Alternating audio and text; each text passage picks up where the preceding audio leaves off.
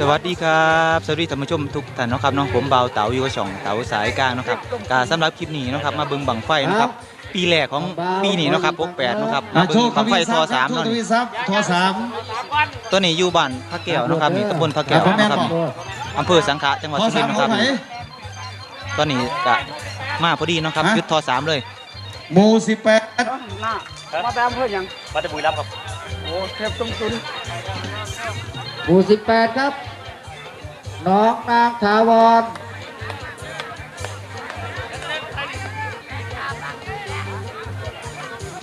ฝ่าสีครับนะครับหัวดำเด็กน้อยตีวงจุดแคบนะครับยกตัวซ่าๆนะครับยกตัวซ่าๆตัวทีเดียวจะมีนะครับมีข่าวก้อนน้อยไล่ขวางนะครับผู้ได้สิทธิ์นะวันตกเสียงใจไอ้เป็นน้องนาถาวรเรียบร้อยครับเลยน้องนาถาวรนะครับเรียบร้อยนะครับทุกท่านโชคดี3 2 1ไปครับ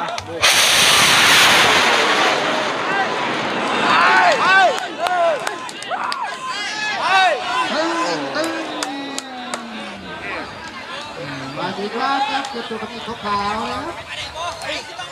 โอ้โหเข้าถูกต้องครับไปลูกกามีก็เท่าครับเลยอีกบังหนึ่งนี่ทอ3เลยบังหนึ่งต่อไปก็เป็นทอ2ตอนนี้คนกำลังตอนนี้ทีมงานมาไปทีมงานคุยโดยอยู่บนทางยานมากนะครับฟ้าสีแดง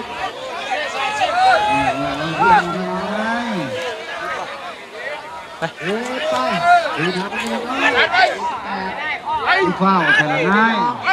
นาถาวรมาเรียบร้อยคู่ลูกหัวไฟหมดครับเอาทอ3มาบ่ปูครับนี่เอาคือหัวไฟขาดเข้าดับก่อนนี่แต่ว่าตกเสียงได้ส่วนที่ได้ความมั่นคงครับบ้านกลางสามัคคีหมู่15ครับขึ้นสูงลงกระซ่าได้นั้นหลาย3 2 1ป้า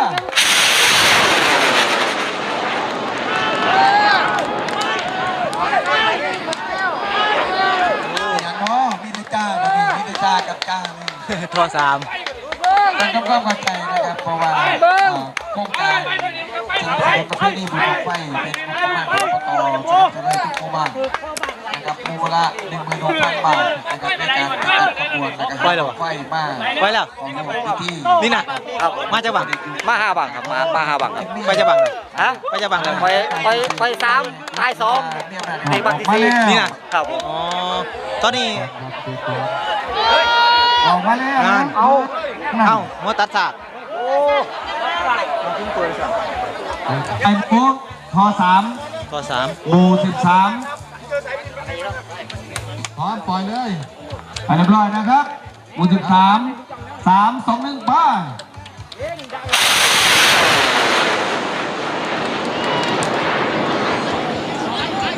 เอาล่ำบอกเป็นพยานเราอยากจะลุกนั่นแหละเราเตะตีพวกแก่ก็สลับนอกสวรรค์นะพี่น้องเอาขี้เมฆเลยเบาดีนอกสวรรค์บอกไฟบางเล็กลงคนแล้วมาสิมันบอกไฟเจ้าของไปครับงอกน้ำเบี้ยวไม่อยู่สูงเลยเอาแต่มาไฟมาตัวครับตัวเขาเป็นลูกชิ้นเพิ่นนี่นะแค่ทำเอาเปิดเลยโอ้กิน300กว่าบ่90พันไปครับเอาดีขนาดว่ะนอกสวรรค์โอ้ยครับเราก็จะดูได้แล้วดูสวรรค์ครับครับผมหลังจากทอ3ครับรุ่นสวรรค์แล้วจะเป็นทอ3สันติสุขหมู่9ครับขอต้นสวรรค์พร้อมครับพร้อมถอยกันถอยกันเลยปล่อยกันเลยทีมงานทศวรรษที่14ครับพร้อมเลยถอยกันครับถอยกันมัดโยไปซื้อๆไหมเรื่องเลยมัดตึงๆไปซื้อๆนะครับเราจะจัดช่วงเดินก็ฟังเกียร์พื้นเดียวครับดาวเทียบประธานพรน้องอินเตอร์ ตอนนั้นน้องเหลือเด็กจานครับตัวขับไปครับน้องอินเตอร์เอาถอยเลยครับถอยเลยทำเวลานะครับได้อีก40 นาทีครับทำเวลากันนะครับพอ3โน้ตสวัสดิ์นะครับโน้ตสวรรค์เรียบร้อยครับคอยทีมงานช่วงดี3ตรงนึงไปครับ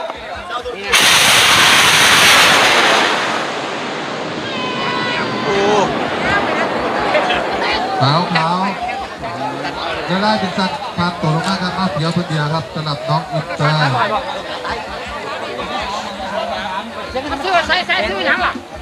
สันติสุขทอ3ครับเตรียมนี่แหละโอ้ตอนนี้ทอ3กำลังเล็งขึ้นโอ้ตัวตัวทุกทีครับพี่น้องรับตัวดีครับผมรับน้องอินเตอร์ไปเลยอะไรได้พ่อใส่ได้เยอะแต่รับตัวนั้นไปก็ได้ครับผมนะครับตัดลงมาตามนะครับกรรมการทีมงานบ่าวดอกคูณสำหรับน้องอินเตอร์ครับขาเนื้อด้านล่างครับผมขาผสมครับสำหรับน้องอินเตอร์ครับผมโอ้โหเขาข้อกำลังงามเลยทุกคน195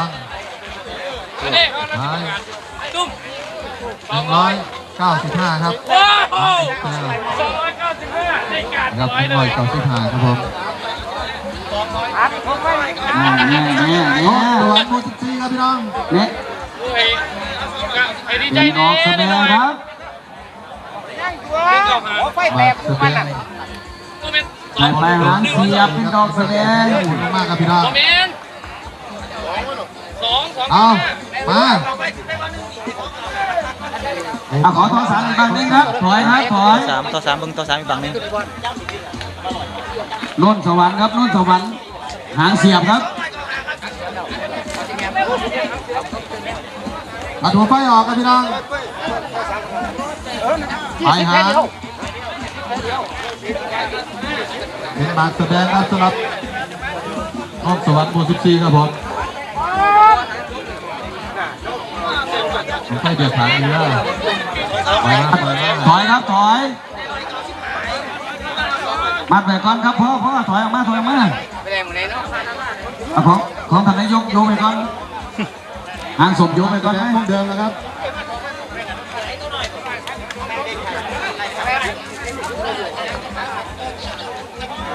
เป็นซูเปอร์บอล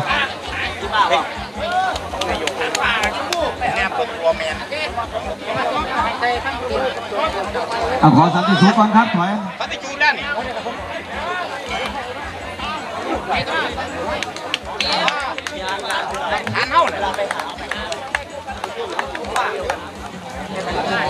ห้องสวรรค์มุสลิมครับฝากเพลไล่ครับพี่น้องนักไว้เอาปล่อยมาน้องเบาครับผมสันติสุขมูเก้าครับเรียบร้อยขอทีมงานจงโชคดี3 2 1ไปครับ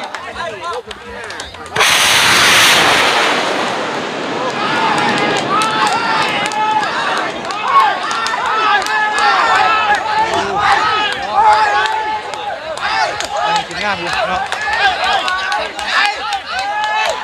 ต้องมีขึ้นงามของเขาอยู่ต้องมีขึ้นงามอยู่ฝั่งได้พี่น้อง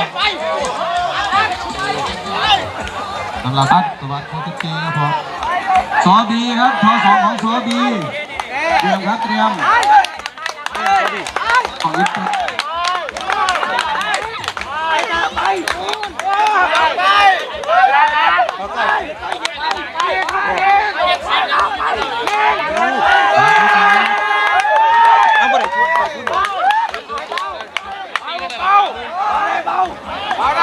โมจิซีครับพี่น้องขาวขาว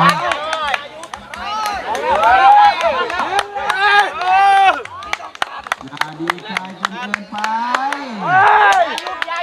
นะครับรอเทคสุดท้าย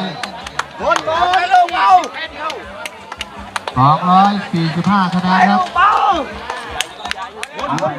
สวรรค์โมจิซีเราลอยยังเราซ้อมเราลอยยังมาสิบกเคยย้ายทีละเคยคุณแม่คุณแม่เคยเนาะผมเคยจะท่อมเลยนะเราครับโอ้เคยติดกันคุณดีของเขาอยู่หมุนไปหมุนไปโอ้รักไปจุดต้นไหนเลยเลยเอาสิเลยนะ ฝ่ามันหลัว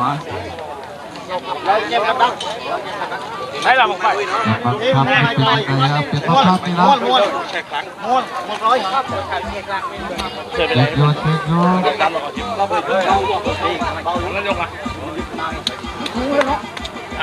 ร้อยสิบวิ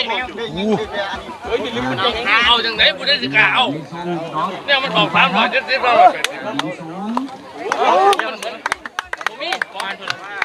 ก้อยเขาสิมาตีแล้วมันสุดๆ ปล่ เล อย ยนะ ปล่อยออกตามบ่พี่คือมันออกไปหมด ได้พวกกันพวกไอ้ประชุม เป็นไม้ตีครับนะครับบังวัดทับกลับไปครับพี่น้องนะครับติดจดจำนะครับเผาออกมาแล้วนะครับบังครับบังเข้ากลับไปครับ แล้วก็บินตัวในสูงนะครับพี่น้อง ในเอาเกี้ยง39ครับต่อไปสอบีครับเตรียมเอามาปล่อยมาสอบีพอครับถอยเลยสอบีเลยครับ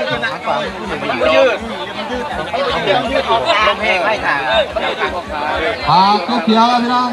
ทางด้านทิศใต้เลยพี่น้องมันจะมีจุดขาวๆบางๆ เปิ นะ ดเองเขาบ่โอ้ ไอ้130 200แล้วครับ200พอไป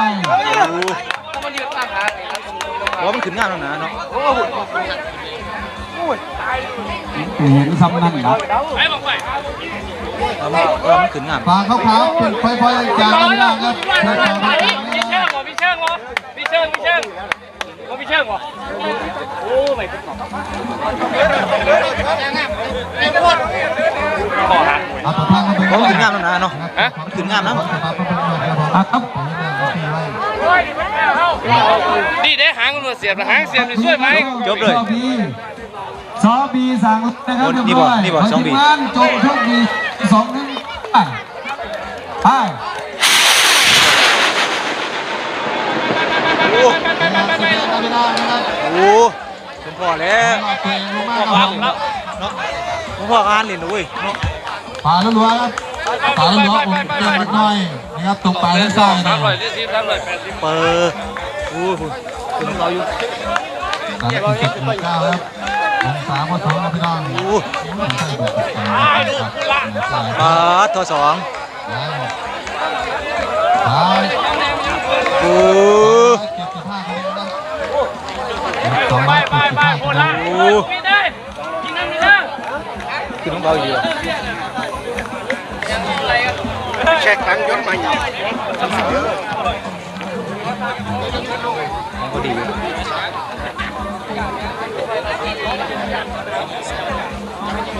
นี่ผัวเขาคนเดียวนั่นน่ะผัวเขาเพื่อใกล้จะได้คุยกันเพื่อใกล้ สวัสดีครับผมอาการของหางครับสวัสดีเอาดี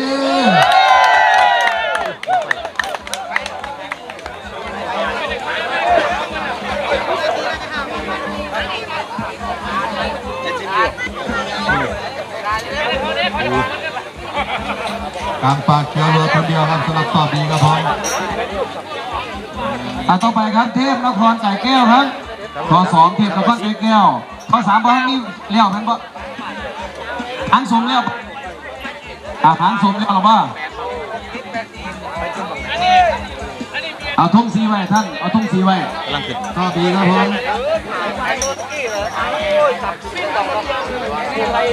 ผมสิงห์ว่าตลอดครับสำหรับสวัสดีครับพี่น้องต่อบีเบาต่อไปครับ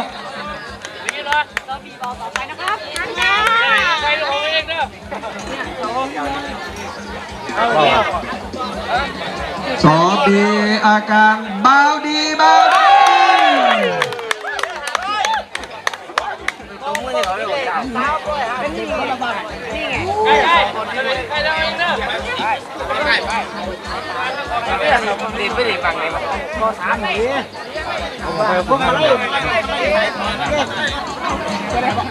90 10 วิเดินหาคน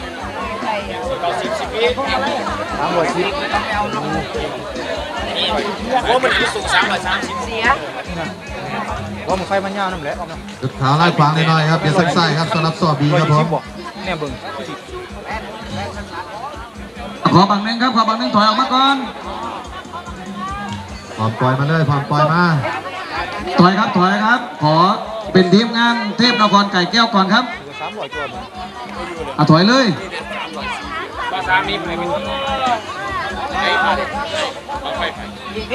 เอาดีตลอดครับสำหรับซอบีครับพี่น้องครับอาการไม่เปลี่ยนแปลงครับแต่เบาขึ้นเรื่อยๆครับตรงนี้แล้วคะแนนตอนนี้ก็200พันไปแล้วนะครับ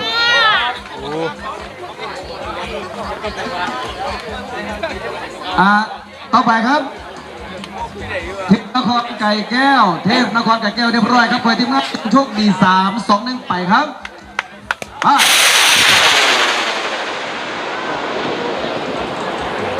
โอ้ตัวนี้ถึงน้ำแล้วนี่ ติดปล่อยเอา500ยีหลีตัวนี่บังไฟของนายกปล่อยได้ปล่อยเลยนะครับปล่อยได้ปล่อยเลยครับผมต่อไปขอทอ3ครับหางสมครับทอ3หางสมเอาให้เร็วเลยครับหางสมทอ3หางสมครับขอครับหัวอาหารตัวจุดแจ้งดูด้านบนของดวงอาทิตย์ครับสำหรับซอบีครับผมนะครับเปลี่ยนตัวทั้งขวาเรื่อยๆครับสำหรับซอบีเทพนครไก่แก้วครับรับตัวดีเดินข้อดีครับนะครับเป็นอาการเขาแล้วอาจจะสมบูรณ์นะครับล่อข้อเก็ดครับล่อข้อเป่าถ้าเราตามก็ซอบีครับผม75ผ่านไปครับสำหรับซอบี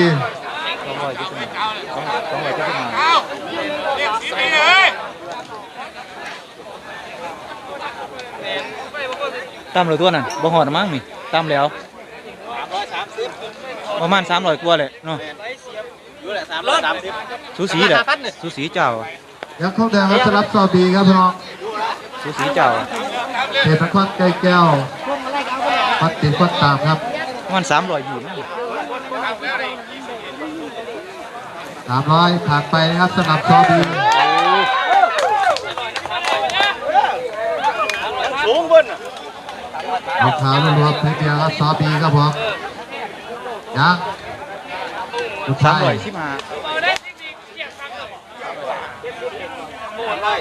325คะแนนครับ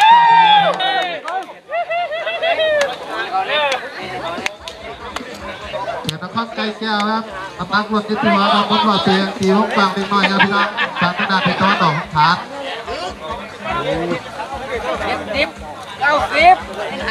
ขออีกครับขออีกพอมาถอยครับถอยก่อนครับเป็นของหางสมครับของนายกถอยไงจับนายกไว้เด้อนายกลงตรงเรียบร้อยนะครับท่านนายกนะครับขึ้นสูงลงซาคงไกลๆได้หลายๆขอทีมงานท่านนายกจงโชคดี3 2 1ไปไปท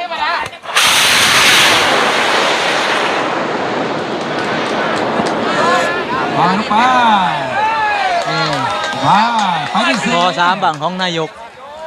ครับนายกพระแก้วเขานี่ละ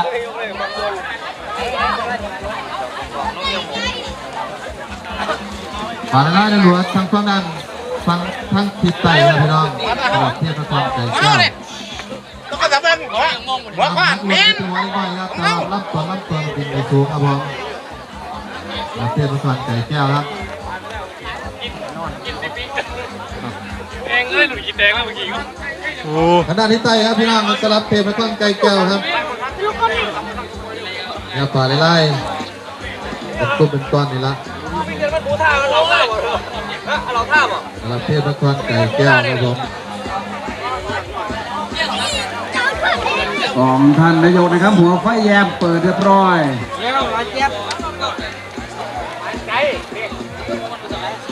พอ3เหลืออยู่2บังท่านนายกครับผม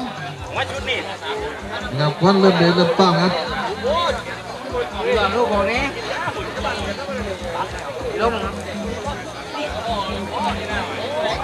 ไม่น่าจะลงนั่นแหละที่เราได้300กิน365ของท่านนายกนะครับไหลย้อนมหาธิหาน้องแน่นอนครับบอกไหลพี่ไก่น้องหมุนรอบตัว ต้องไปน้ำไก่ครับเปลี่ยนมาข้อนไก่แก่พี่น้องฟังทางด้านทิศใต้ครับฝ่าเป็นกลมเป็นกลางสีดำครับเดี๋ยวทั้งสายเล็กน้อยเนี่ย60ผ่านไป65ผ่านบนระดับลงมากครับผมเปลี่ยนมาข้อนไก่แก้วครับยังสุดท้ายครับ280พอดี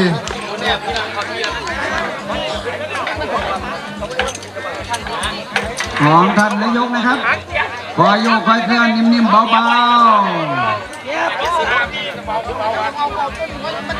าดีเหลือเกินครับอยู่หลังนี่บางๆหลังความเก็บปวดเลยครับดำแม็กเหลือเกิน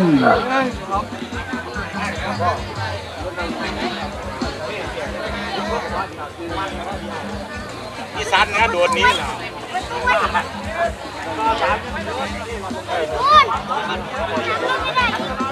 เอาหลังนี่ครับคุณรถพบ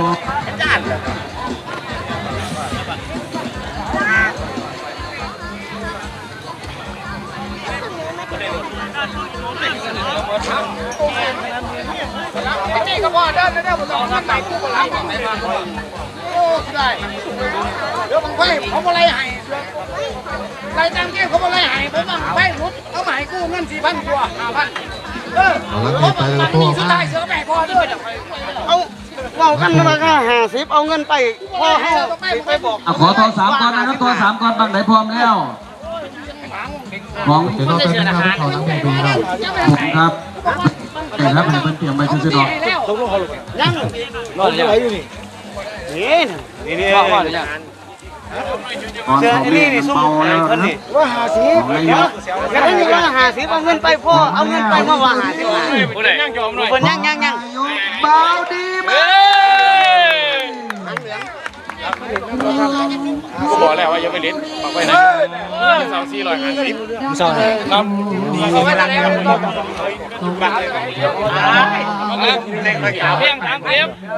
ไหนมันควรจะเป็นชาดิ34เกี่ยวอาจารย์เกี่ยวเจ้าเกี่ยวมันนี่ดอกมาอยู่ บ่สร้างความผิดหวังพี่น้องนะครับ นี่นะเหลือบางเดียวเลยเหรอ ทั้งหมดไม่ลงเพลงเย็นบอกดูต้องลงเพลงเลยว่ะ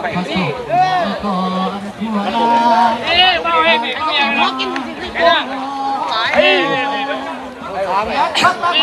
นี่ดอกจะมีขาอ๋อให้แล้วเบาอยู่เบาเองโอ้ย400เท่าไหร่เท่านั้นละ บางนายก หัวเทพมาด่าเพิ่นว่าก็นั่นแหละเบิ่งว่ายังเบานี่ยังเบาไปนี่ฝาขาวๆจ้างๆนั่นน่ะสิตกอยู่หม่องนี้นี่สิลงอยู่หม่องนี้นี่ โอ้ยังเบาอยู่ ป้ายใหม่ครับป้ายเห็นยัง400เท่าไหร่มุดอยู่นี่เบาเองเบาดีเท่าไหร่หัวเทพเบาดีเบาไม่ใช่ว่าแพ้เลยที่ไรส่วนแล้ว มีป้ายใหม่แล้ว เอาต่อไปเขาไปเลยแกเนี่ยเขาไปโทรสามนี่ผู้ใหญ่บ้านไป โบราณไปโบราณ400ตัว400ตัวโอ้ยยันตัว400เท่าไหร่นี่มันจะนี่กับ400เท่าไหร่ ผู้ใหญ่บ้านพวกอีดุยโทรสองเรียบร้อยครับผู้ใหญ่บ้านพวกอีดุยเรียบร้อย3 2 1ไป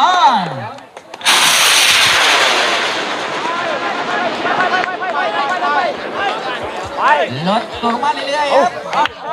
ๆ จ้างเมนขาบุญดอกเยอะไปเร็ว ขอโทรศัพท์นะครับ ติดเร็วเอาขึ้นมาไหล โยกติดเอา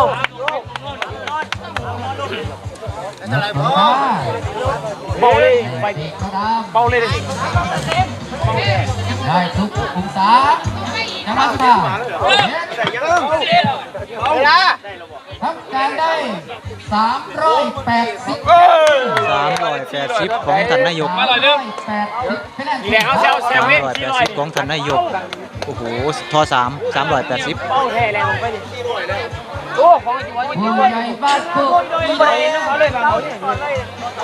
เริ่มโยกเริ่มบ้างเริ่มขวาง อืม เดี๋ยวให้ดูก่อนครับ เอามาหน่อยเด้อ ต่อไปเอารอกับก่อนสุดท้ายครับผมทอ3ครับต่อไป 65 ด้านนอกเป็นไหน 70 พร้อมโคกอีโดยครับทอ3ขอทุกท่านจงโชคดี3นึกไปครับ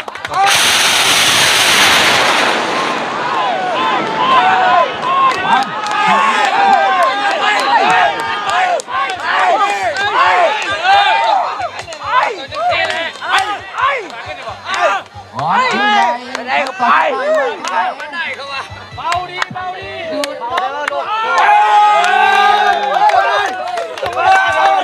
ทีมคุณเกียรติครับทีมคุณเกียรติเตรียมตัวรอ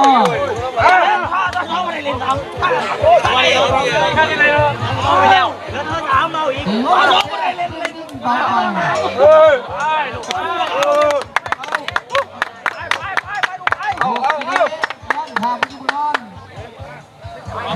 ป๋องสุดท้ายครับ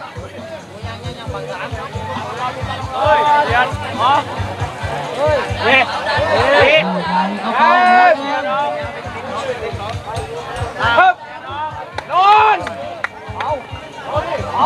้ว นอนมาเลย ผมรักษาบอกพี่บอกน้องนะครับคนที่บอกองศาบอกพี่บอกน้องครับทีมงาน เอาขึ้นมาแตงใช่ปะ นี่บอกเดี๋ยวรอเพียงเดียวครับการวางไฟออกสำหรับทีมงานของตัวเอง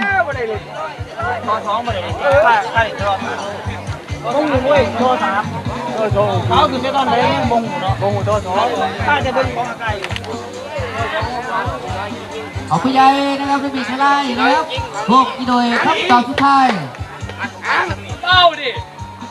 การวางไฟออกหนึ่งตู่ซาซาบินได้องศาครับ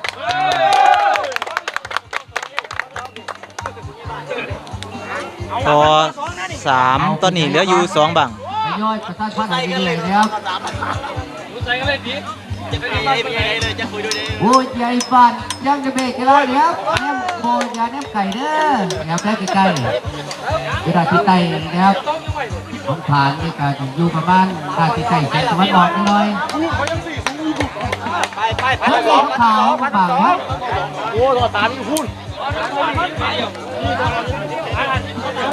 สามไฟบางนี่นะครับ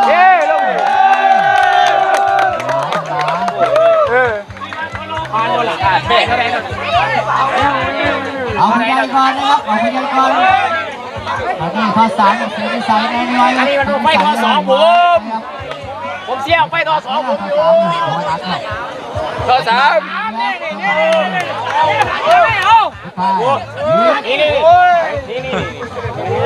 ของร้อยแต่ว่าหลักจ้ารับผู้ใหญ่นะครับตลาดข้อ2ของผู้ใหญ่ครับ255ส่วนครูอีด้วยนะครับนี่ทั้งได้ยุ่น